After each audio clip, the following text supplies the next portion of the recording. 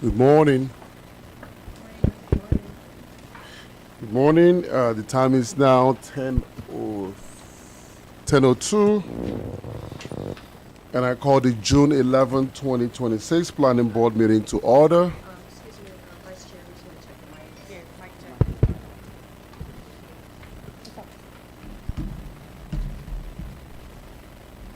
Testing. Testing. One. Testing, testing, Testing. None of testing, testing, testing, testing, Testing. Testing. No.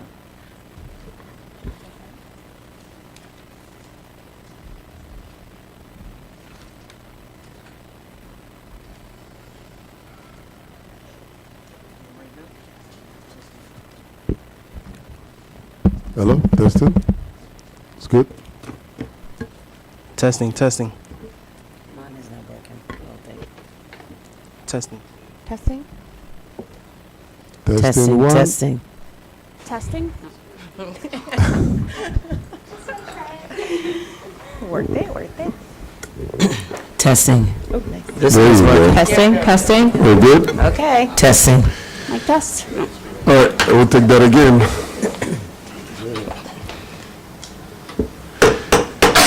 All right. Good morning. The time is now 10:04. I call the June 11, 2026 Planning Board meeting to order.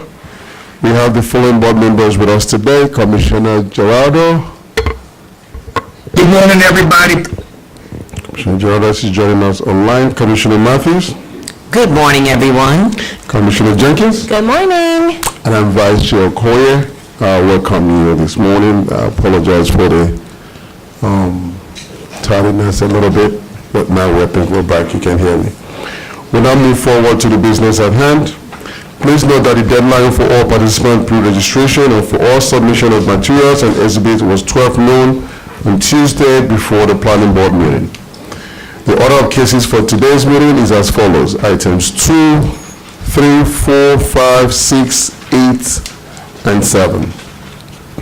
The first item on the agenda, item 2, draft minutes of June 4, 2026. We look for a motion to approve the minutes of June 4th. Move approval, Mr. I second. We have a motion by Commissioner Gerardo and second by Commissioner Jenkins. I'll now call the roll. Commissioner Gerardo? Would I? Commissioner Jenkins? Aye. Commissioner Matthews? Aye. And I vote aye as well. The ayes have it.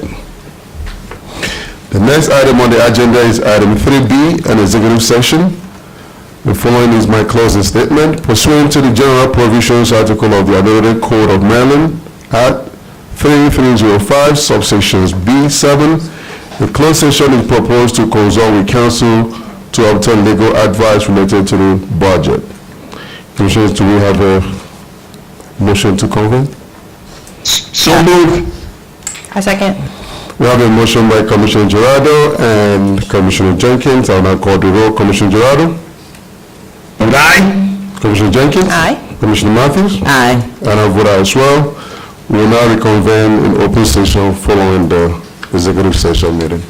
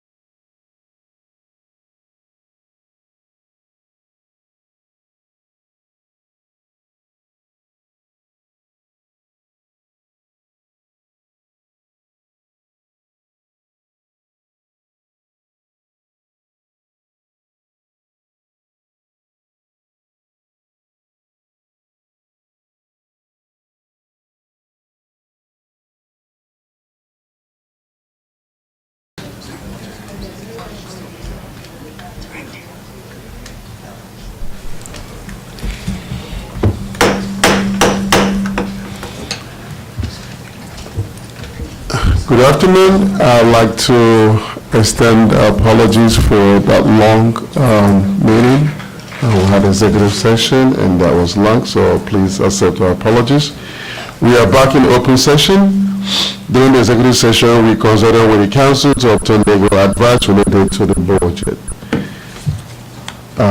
Commissioner Jenkins will take a personal moment. Oh, yeah, I would like may I take a moment of personal privilege? Yes, please. I just want to recognize Sergeant Perry from the Prince George's County Park Police. She's not in the room or anything, but I ran into her on Saturday when I was taking my daughter to swim lessons, and she just went above and beyond to show my little 3-year-old daughter and another little boy just an immense amount of kindness. She did like an impromptu show and tell, and it was just a reminder to me of all the good work that our park police are doing, how they show up every day with such passion, and just this county in general, so many beautiful things happening. So I just want to take a point of personal privilege to acknowledge Sergeant Perry. If anyone in the room can help me find her or her supervisor so I can actually just formally recognize her, I would love to do that. But, you know, one thing she said to these two little 3-year-olds was, you know, treat people the way you want to be treated, but also treat people the way they want to be treated. And she really foot stomped that, and that's just a good reminder to me, and just want to share that with you all as well. But big shout out to our park police and the passion that they show every day as they do their responsibilities. So thank you, Mr. Vice Chair, for that. Thank you, Sergeant Perry. And if you can hear us, or if the Chief of Police can hear us, please extend well wishes and all the privilege kudos to Sergeant Perry. We will now move forward to consent agenda. Is there anyone here who wishes to oppose the staff recommendation on the consent agenda items?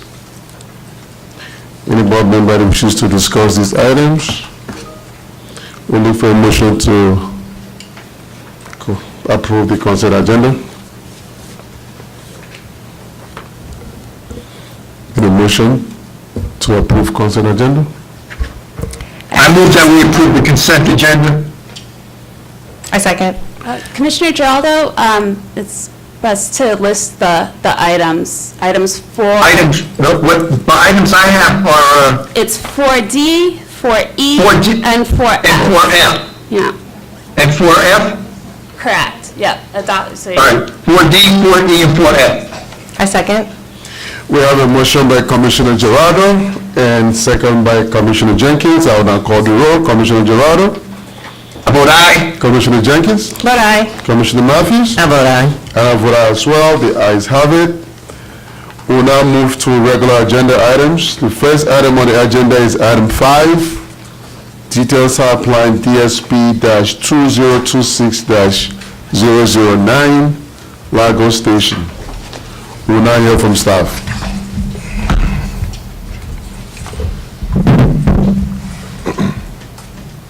Dexter Caulfield. That I am. Good morning, Vice Chair and members of the Planning Board. For the record, I am Dexter Caulfield with the Urban Design Section. Item number 5 is detailed site plan DSP-2026-0009, Largo Station. The detailed site plan is for the construction of a mixed-use building consisting of 269 multifamily dwelling units and 1,990 square feet of ground floor commercial/retail space located at the northwest corner of the intersection of Contera Drive and Schweitzer Lane. The applicable criteria for approval and associated findings have been presented within the technical staff report. Prior to the Tuesday noon deadline, applicants submitted additional material located within additional backup and identified as applicant's Exhibit 1. The submitted material proposes the revision of recommended Condition 1I in the technical staff report to include language added to the condition and removal of Condition 1J. Staff is in agreement with applicant's proposed revisions. Based on the evaluation analysis, Urban Design staff recommended the Planning Board adopt the findings and approve detailed site plan DSP-2026-0009 and Type 2 Tree Conservation Plan TCP2-2026-0030, subject to the recommended conditions of approval in the technical staff report as modified by applicant's Exhibit 1.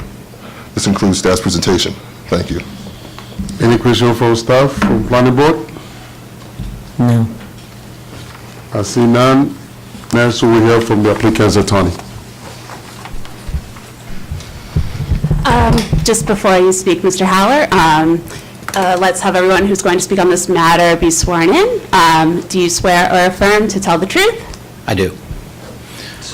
Good morning, Mr. Vice Chairman, members of the Planning Board. Thomas Haller, an attorney with offices in Largo, and I'm here today on this detailed site plan. I'm actually pleased to be here again on this project. Commissioner Giraldo may remember this project from June 16th, 2022, when it was last before you. For those members of the Planning Board who were not here at that time, this project was the subject of an approved detailed site plan at that time for the exact project that's before you today.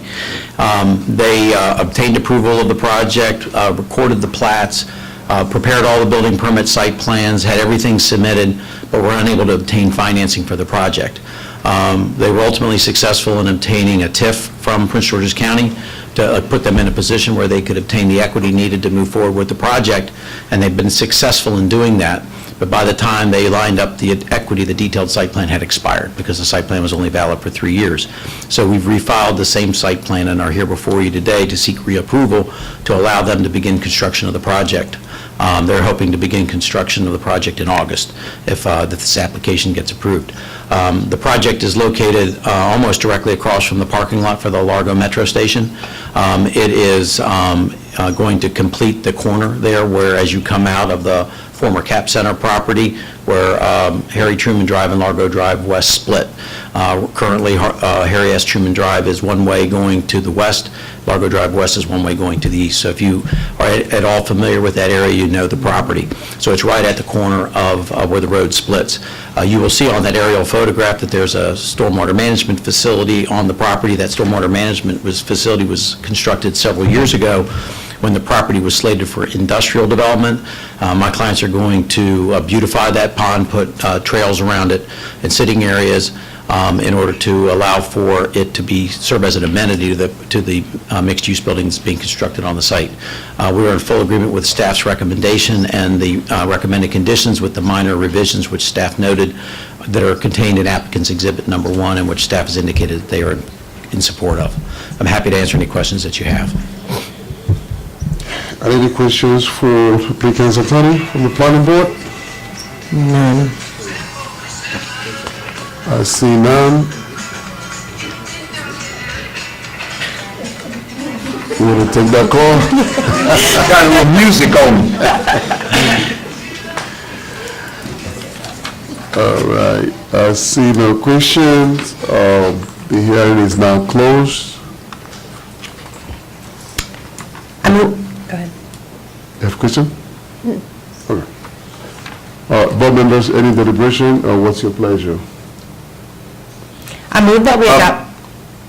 Go ahead, Ms. Jenkins. I move that we adopt the findings of staff and approve DSP 2026-0009 and TCP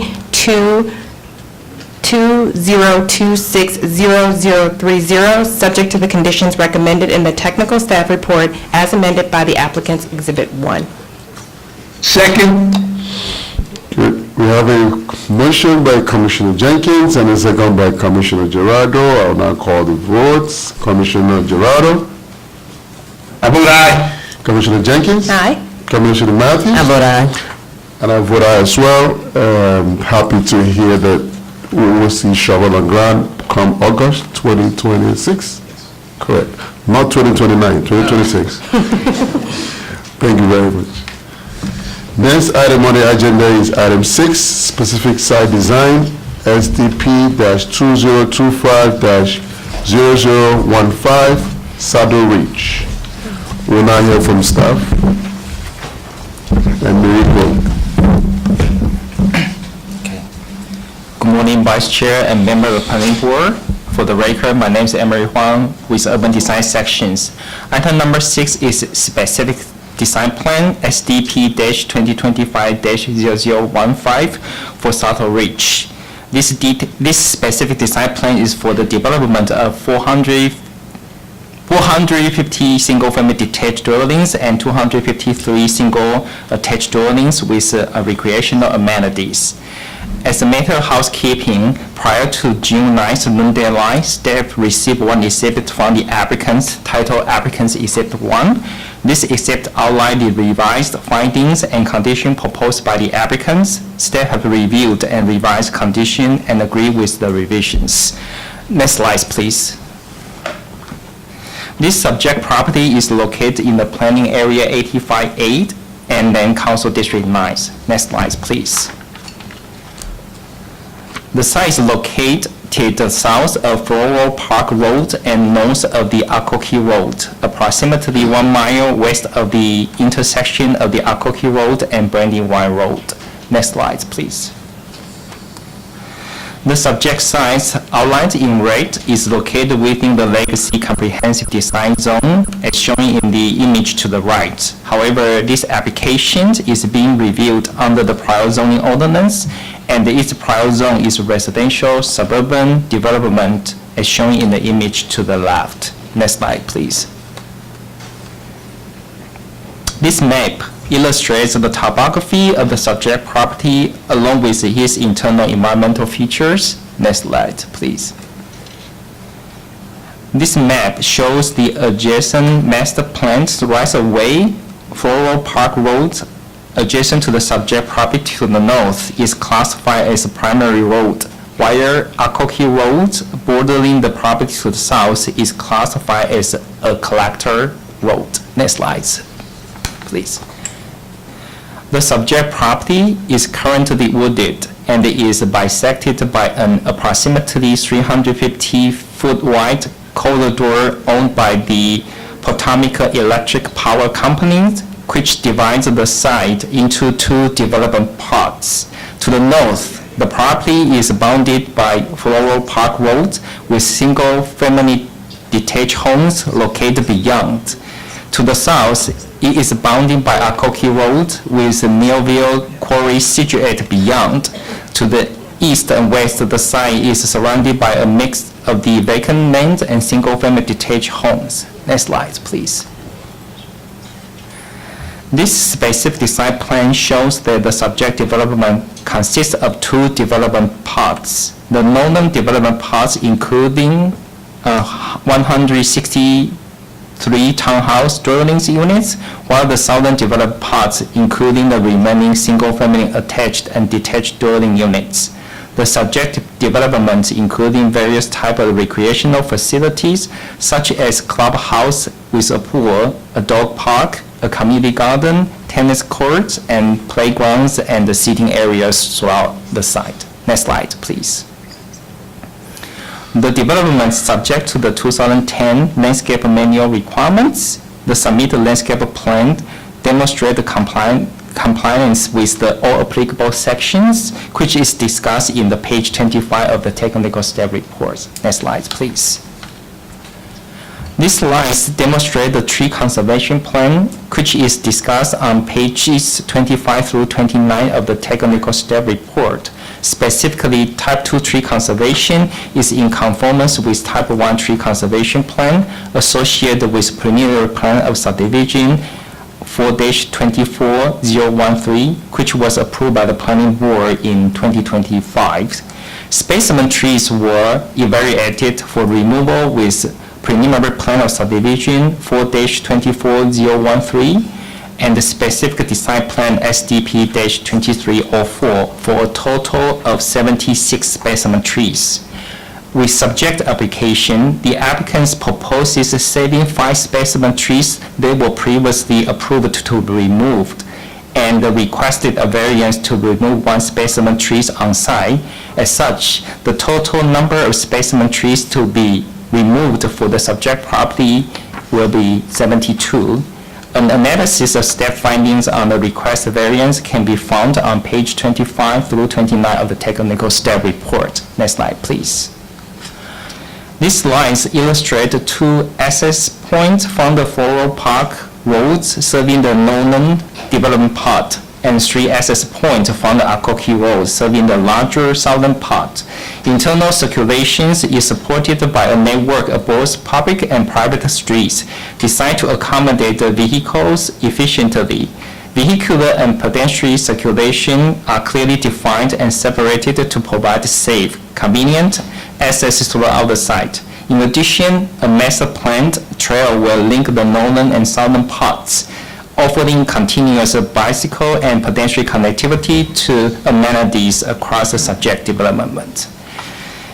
It's noted that the traffic impact for the proposed development were evaluated with a certificate of adequacy ADQ-2024-019, which has been previously approved. Next slide, please. The slides 12 and 13 represent the elevation of the proposed clubhouse, which is located in the middle of the southern portion of the development. This design of the clubhouse includes a low gable roof with multiple projections, covered with asphalt shingles, horizontal sidings, fiber cement panels, stone columns, and larger windows in contemporary design trend. Next slide, please. And next slides. Yeah, okay. To sum up this presentation, Urban Design staff recommended that the planning board adopt the findings of the report approved specific design plan SDP-2025-0015, Type 2 Tree Conservation Plan TCP2-2026-0032, and the variance to Section 25-122B1G for Saddle Ridge, subject to the recommended condition of the approval within the technical staff report with a revision proposed by the applicant's Exhibit 1. This concludes their presentation. Thank you. Thank you very much for that report. Any questions for staff? I have a question. With the Saddle Ridge, are there any anticipated road widenings? You're going to widen the roads? Yes, so besides the Commissioner Matthews, so there's, during the PPS, there's a roadway dedication along the Floral Park Road. Okay. And so that will be already showing on the plans. Okay, thank you. No, any other question for staff? I see none. May we hear from applicant's attorney, Matthew Tedesco.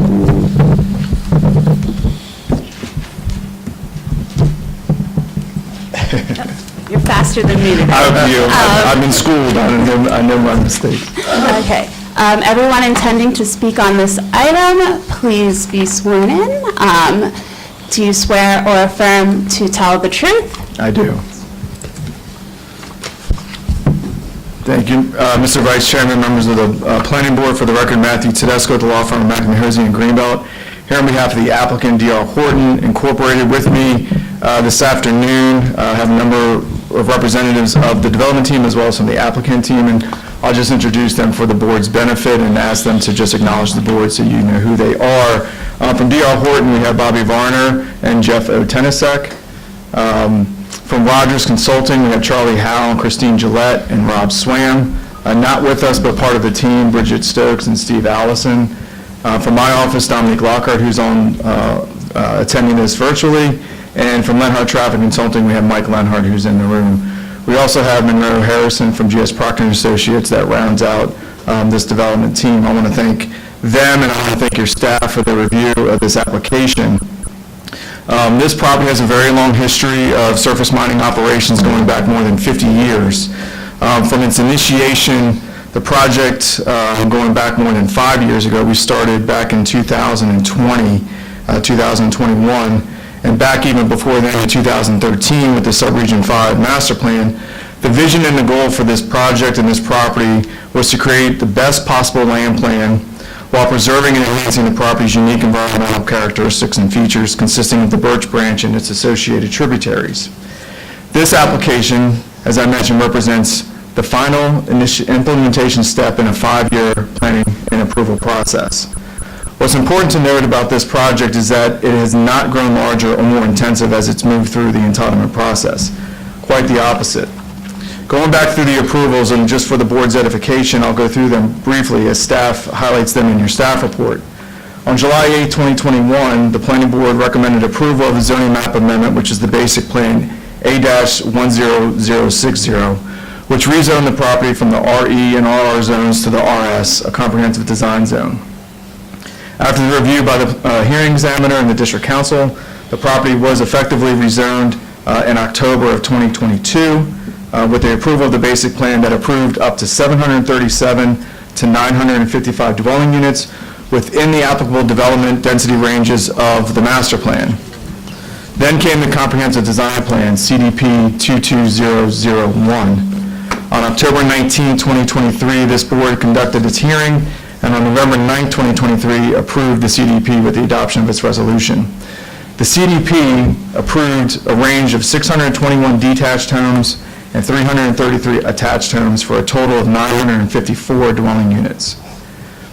The CDP also imposed environmental design, recreational, and green building requirements that continue to govern the project today. The project then advanced to an infrastructure-specific design plan, SDP 2304, which was heard by this board almost 2 years to the day, being June 13th, when the board approved that, and that day stands out just because it happens to be my birthday. So I do remember that hearing. At the conclusion of that hearing, the district council then approved the SDP for infrastructure on October 29th, 2024. The county thoroughly reviewed and approved the grading, utilities, water and sewer, stormwater management facilities, the environmental protections, and the road network necessary to support this future development. The project then underwent subdivision and a certificate of adequacy with the preliminary plan 4-24013. That was heard by this board on July 10th, 2025, and the resolution was adopted in July 31st, 2025. Certified in October of last fall, October of 2025. Importantly, this is where the project began to get more refined. Rather than pursuing the 954 units authorized by the CDP, the applicant reduced the project to 783 lots and 97 parcels at that time. The subdivision process further refined the community design, transportation network, environmental preservation, trail system, and parkland dedication. I would note that this project dedicates more than 102 acres to the commission as a public benefit. Next, the planning board considered SDP 2501, which was the umbrella architecture for the project, consisting of 19 single-family detached models and 9 single-family attached model homes. Following the public hearing in October of 2025, the planning board adopted its resolution on October 30th, 2025. That approval established all residential architectural standards for the community. So that brings us here today. SDP-2025-0015 is not requesting an increase in density. No new land use entitlement is proposed, nor any deviation from the development vision approved by this board and by the district council. This application is the culmination of 5 years of planning, review, and entitlements. Again, the basic plan authorized up to 955 dwelling units. The CDP approved up to 954. The preliminary plan reduced that to 783. And the specific design plan before you today proposes 703 dwelling units, consisting of majority single-family detached homes, 450 of which, and then 253 townhomes. That reduction has allowed additional refinement to the lotting patterns, greater integration of the environmental features, preservation of substantial portions of the Birch Branch system and its tributaries, and expanded open space opportunities, as well as the aforementioned 102-acre conveyance to the Commission for Parkland. This story is not one of expansion. It's a story of careful planning and thoughtful design to implement goals and policies of the master plan. It's a story of a project that has progressed exactly as the county's comprehensive design process is intended, although slowly, beginning with the broad conceptual approvals and becoming increasingly refined through each successive stage of review. Every major issue has already been evaluated and resolved in favor of the project advancing to completion. The land use and density was approved in 2022 as part of the basic plan. The development framework was approved in 2023 with the CDP. The infrastructure was approved in 2024 with the infrastructure SDP. The subdivision and adequate public facilities were determined and approved in 2025, and the architecture was approved in 2025. All referral agencies support the application, and technical staff, who again I would thank publicly for their review of this application and their technical staff report, all find that the plan is consistent with Plan 2035, the Subregion 5 Master Plan, is consistent with all prior approvals and associated conditions, satisfies the approval criteria of Section 27.528, and recommends approval of this SDP. For all those reasons, we respectfully request your approval of this application as recommended by staff, as further modified by applicant's Exhibit 1. Myself and the full team are here to answer any questions. We thank you for the board's continued support of this project and hopeful approval today. Thank you. All right, any questions for the client's attorney? I have one question. Yes, ma'am. In reference to the stormwater, how many stormwater management facilities are proposed? I'll have to have Mr. Howe come up here and answer that. Okay. Yeah, we have an approved stormwater concept approval. All that was vetted and approved with the specific design plan for infrastructure, but I don't have the actual number at my fingertips. Forgive me, Ms. Matthews. Okay. Remember your Thank you. To answer the stormwater management question, our concept has 25 microbiome facilities and 12 submerged gravel wetlands, along with water quality and flood control. Okay, thank you. No problem. Any other questions for the client's attorney? I see none. We will now take testimonies from those who have signed up to speak on this item. We have Bobby Varner. Bobby Varner, Pierre Hutton. So, Mr. Vice Chairman, we have a number of representatives of the applicant team who have signed up, but none of whom need to speak. Okay. Thank you. All right, so we're just gonna go down to Mark Collum. Is Mark? Mark is not in the building, and Mark is not online. All right. Are there any questions for this? He should be, he should be online. We're not seeing him. He was on. Mark, are you online? Mark 1, Mark 2, Mark. Wake up, Mark. All right, we'll move on. Are there any questions for the speakers from the planning board? I see none. Mr. Tedesco, you may have any rebuttal. I guess Mark is not here. Yeah, I would just note that Mr. Calhoun is an adjoining property owner. We're familiar. He's attended these hearings in the past. His issues have been articulated in the record. We think they're adequately addressed, even though they weren't raised today, but I would just note that for the record. So we don't have any further rebuttal, Mr. Vice Chair. Very well. Thank you. Any questions for applicant's attorney before he take? I see none. All right, opponents may now summarize the testimony. I see none. Applicant's attorney, I see none. The hearing is now closed. Do we have a motion? I move that we adopt the findings of staff as amended by applicant's Exhibit 1 and approve SDP 2025-0015 and TCP 2026-0032, subject to the conditions recommended in the technical staff report as amended by applicant's Exhibit 1. I second. We have a motion from Commissioner Jenkins and second by Commissioner Matthews. I'll now call the roll. Commissioner Jenkins? Aye. Commissioner Matthews? Aye. And I vote aye as well.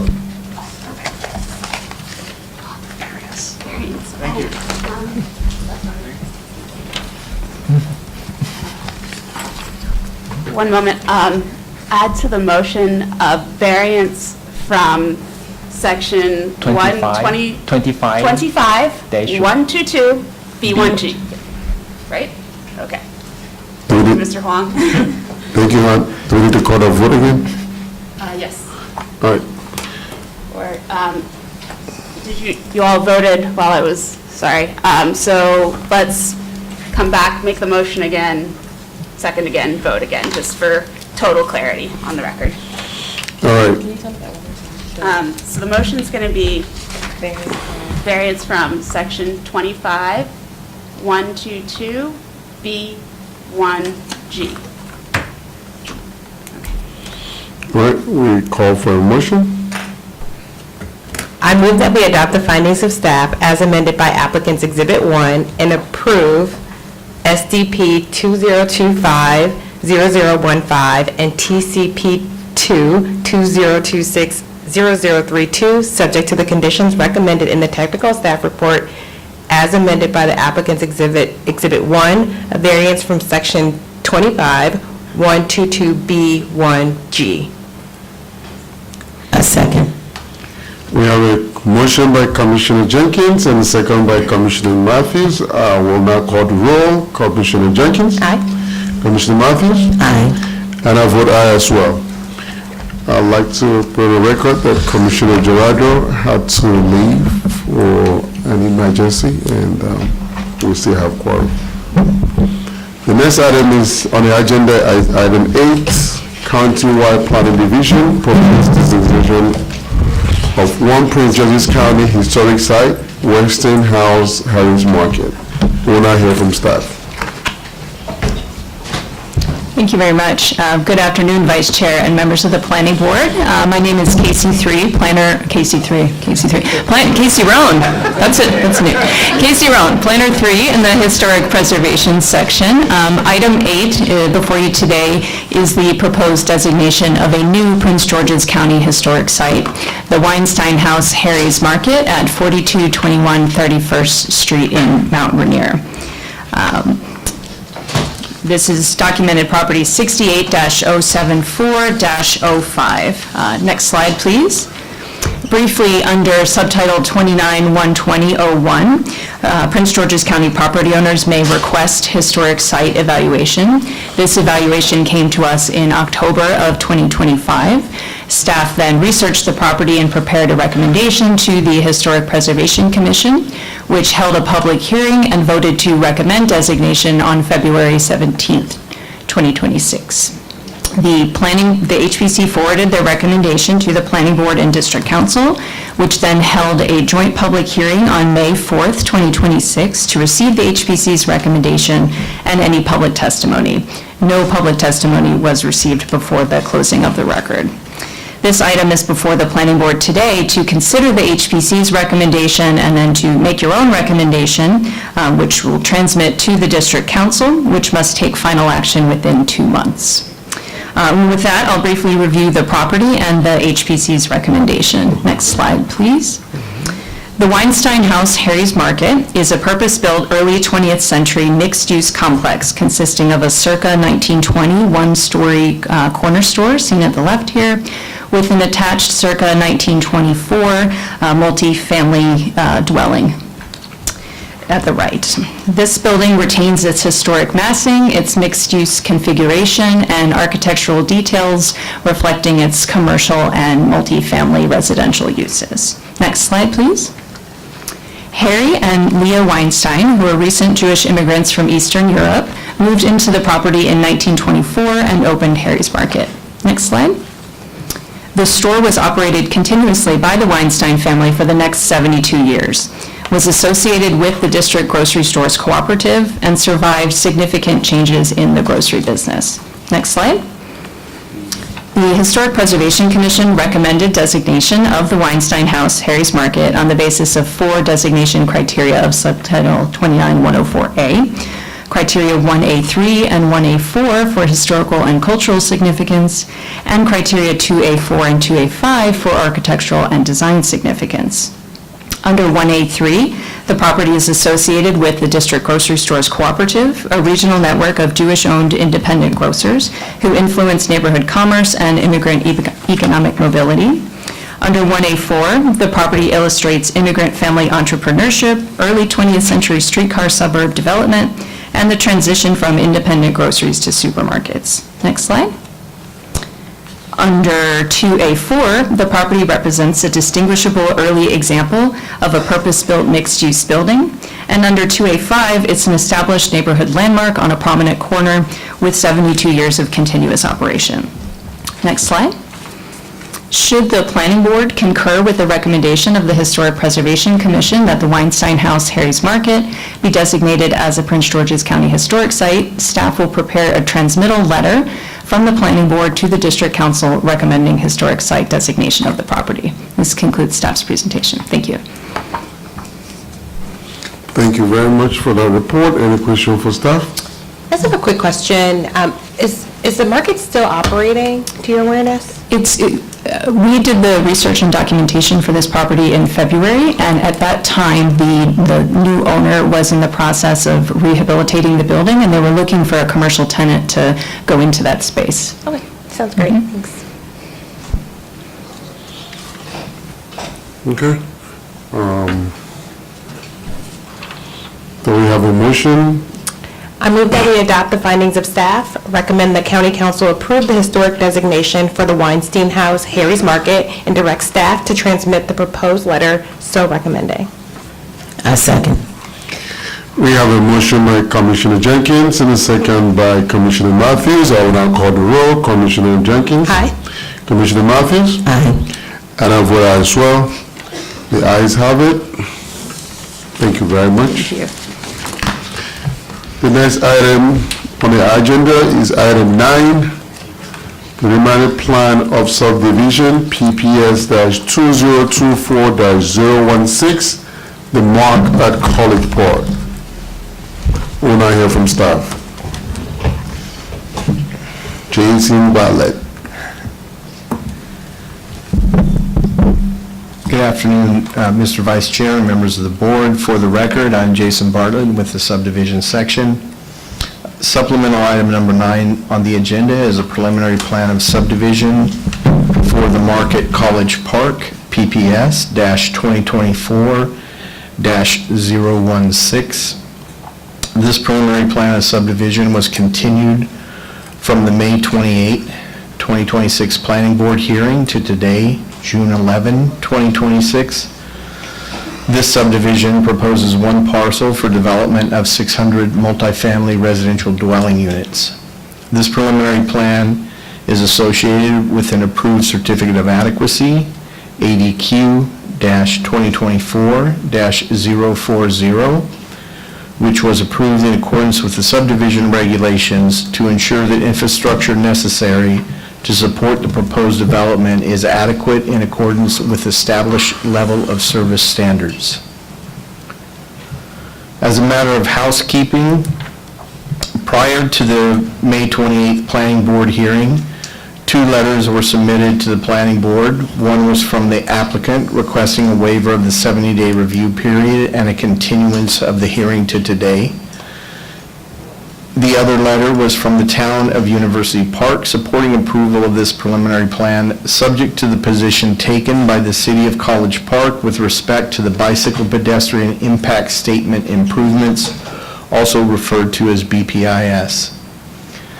These items are included in the backup for this case.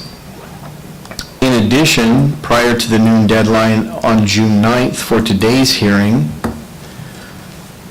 the Planning Board received 3 additional letters. One is a letter from the applicant requesting revisions to 2 conditions, conditions 2 and 9, which are technical in nature and which staff are in agreement with.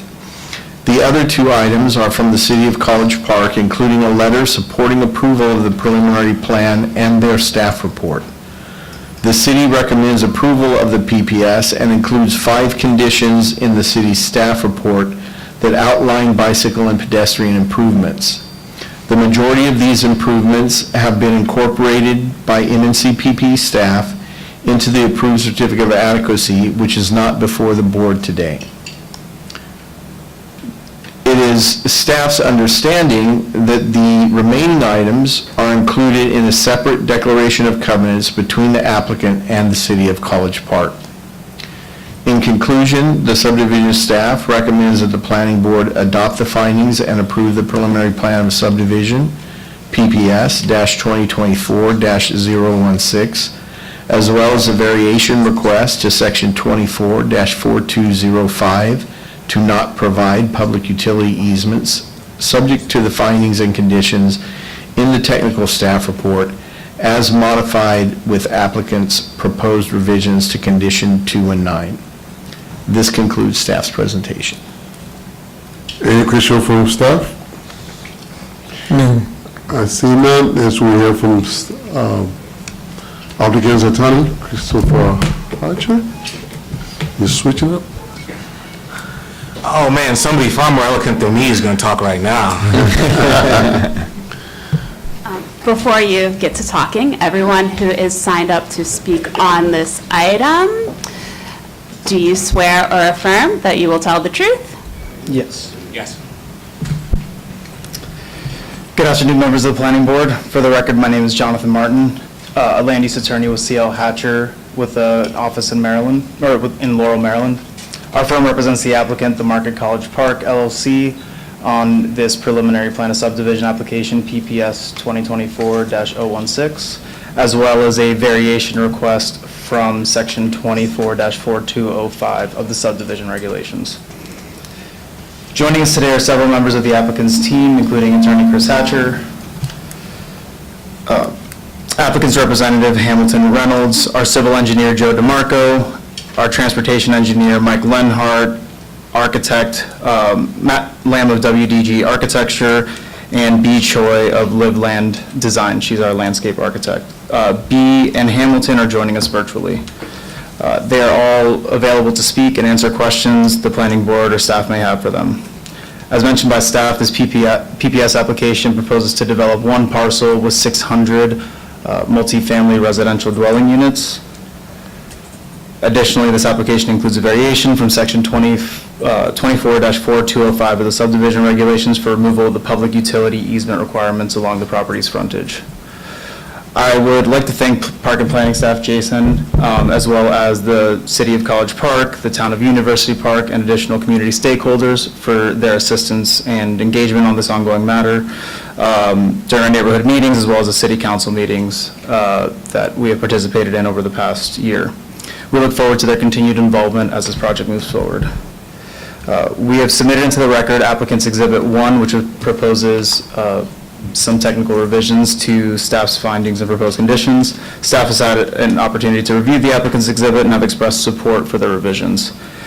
In closing, the applicant respectfully asks that the planning board accept the staff's findings of fact and conclusions of law as provided within the technical staff report as amended by applicant's Exhibit 1, as well as the variation from section 24-4205. Thank you for your time. All right, thank you. Any question for applicant's attorney? I have a quick question. In reference to the traffic, how will this project impact traffic along US 1 and Hardwood Road during the peak hours of university traffic? For that, I'll ask Michael Lenhart to provide.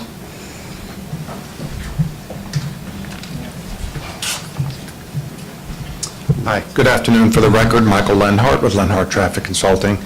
We did conduct a traffic impact study that was scoped with Park and Planning, Transportation staff, State Highway, DPI, and DPWT.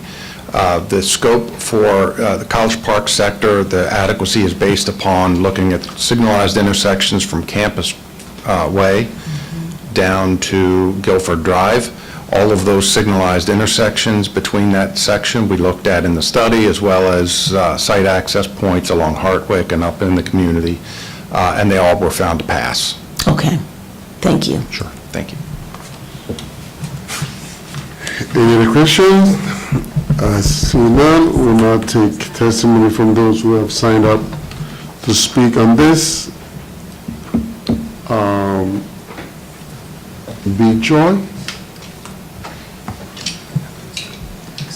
Similarly, we have several members of the applicant's team that are not necessarily going to speak. Okay. All right, so we jump down to Carlos Nunes. Is Carlos Nunes online? Carlos Nunes will not be, Carlos Nunes will not be speaking. Okay, thank you. We have Miriam Bader. Yes, that's me.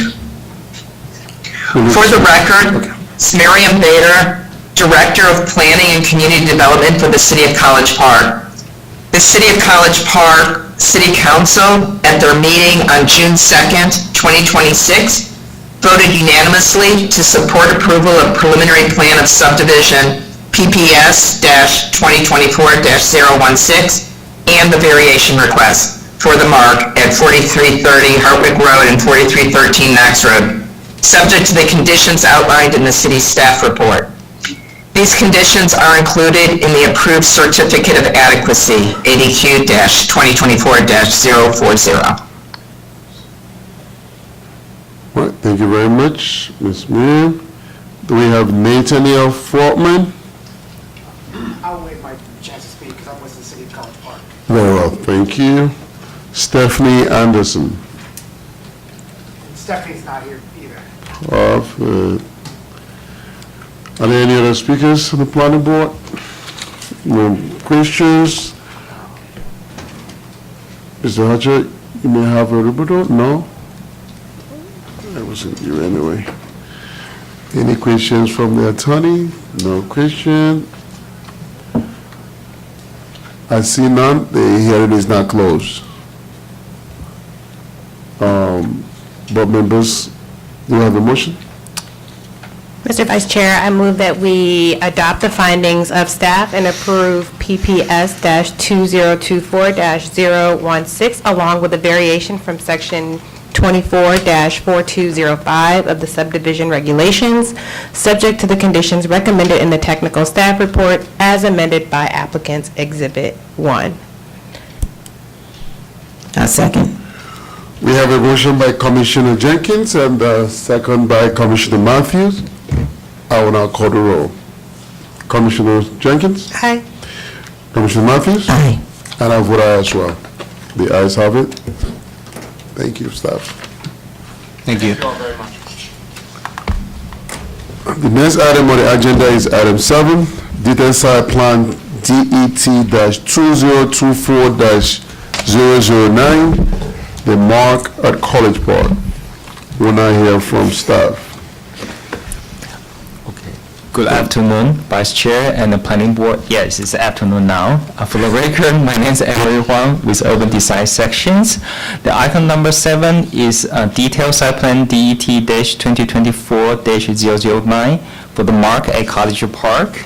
This application is for the development of 589 multi-family dwelling units within 2 buildings with associated site infrastructure and amenities, including a central promenade. The subject site is within the city of College Park and is located approximately 500 feet west of the Baltimore Avenue between Hardwick Road and Knox Road. The property is within the regional transient-oriented planned development and aviation policy area overlay zones. As a matter of housekeeping, prior to the June 9th noon deadline, staff received 5 exhibits from the applicants. Applicants Exhibit 1 outlines the revised conditions proposed by the applicants. Staff has reviewed the revised condition and are in agreement with the revisions. Applicants Exhibit 2 through 5 consist of ethical affidavits for the business entity associated with these applications. Before the noon deadline, staff also received 2 exhibits from the City of College Park, indicate the City of the College Park City Council at the meeting on June 2nd, 2026, voting unanimously to support approval of this project with 3 conditions. Condition A includes 3 sub-conditions. Condition A1 recommends a micro-mobility docking station, while Condition A2 recommends on-site security gates at the western portion of the property. Both conditions were respectively evaluated and included in pages 23 and 32 of the technical staff report. Condition A3 recommends 3 off-site raised crosswalks located on Knox Road and Hardwick Road, owned by the City of College Park, which is outside the boundary of the subject site and is excluded from the review of this detailed site plans, as the zoning ordinance indicate the potential access provider focus on the design of the internal pedestrian systems. Staff do not recommend the city's Condition B and Condition D to be applied apply to the approval of this detailed site plan because condition B recommends the execution of the declaration of covenants and agreement between the applicants and the city of the Cottage Park. And condition D includes a list of the items that will be addressed at the time of the permitting.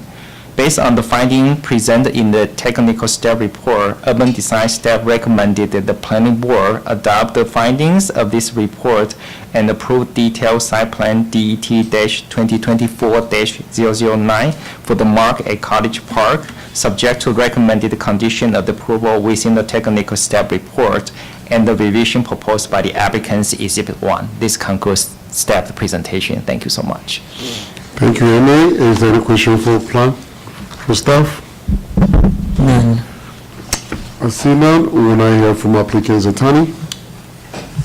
Once again, because this is an evidentiary hearing, we're swearing you all in. All persons intending to speak on this matter, do you swear or affirm to tell the truth?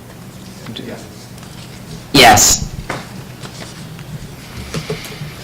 Good afternoon again, members of the planning board. For the record, my name is Jonathan Martin with CL Hatcher, a law firm with an office in Laurel, Maryland. Our firm represents the applicant, the Market College Park LLC, for the detailed site plan DET 2024-009 before you today. As previously mentioned during our discussion during the PPS, we have several members of the team, of the applicant's team with us. I'll save mentioning all of their names again, but they're all available to speak and answer questions you may have, you or staff may have for us.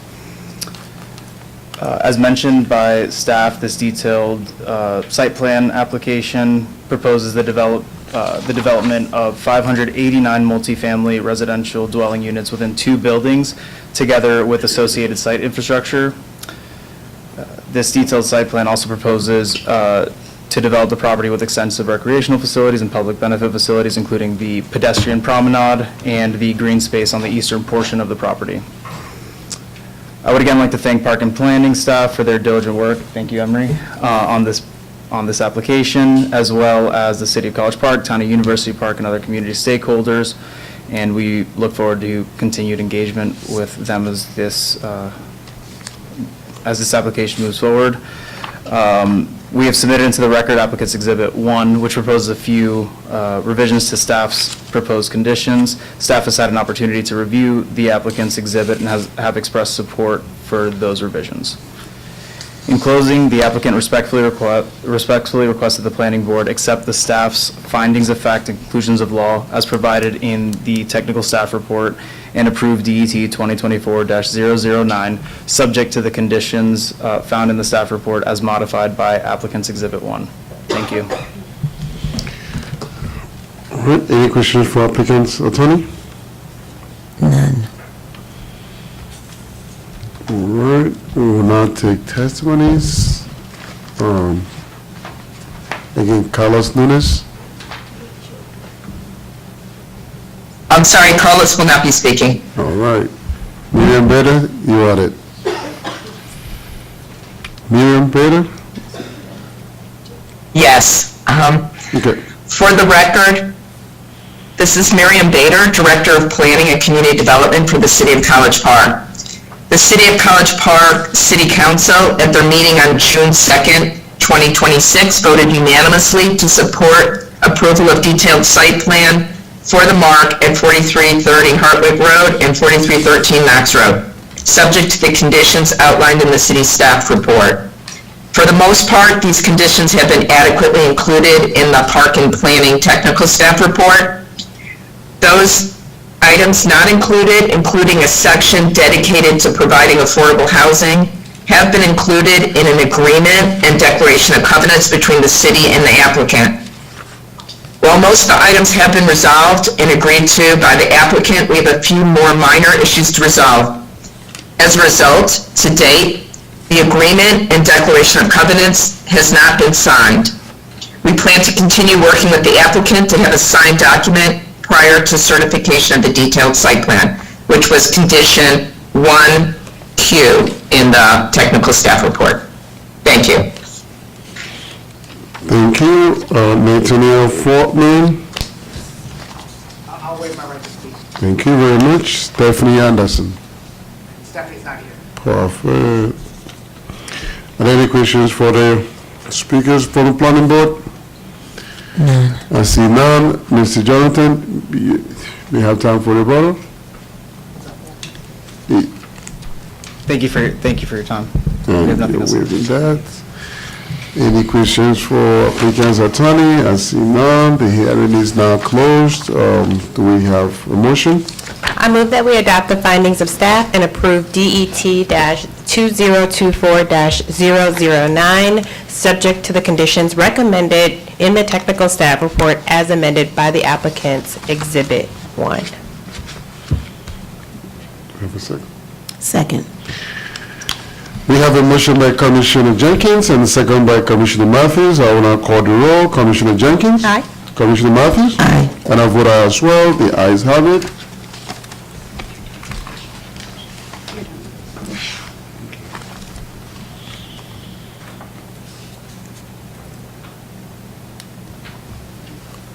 Okay, so, Finish the vote. I apologize for the distraction from the note. no, I think we finished. I voted aye, so the ayes have it. Yeah? All right, this will conclude all items for today's agenda. At this time, I would like to return to item 3B for an additional closed session to obtain legal advice related to the budget for section 3-305B7 of the General Provisions Article of the Maryland Code. Can I get a motion? Motion to go to. I move that we go to closed session. A second. All right, we will go into closed session and we will not be returning. Call the vote on that. Oh, yeah. So I have a motion by Commissioner Jenkins and a second by Commissioner Matthews. I'll call the roll. Commissioner Jenkins? Aye. Commissioner Matthews? Aye. And I vote aye.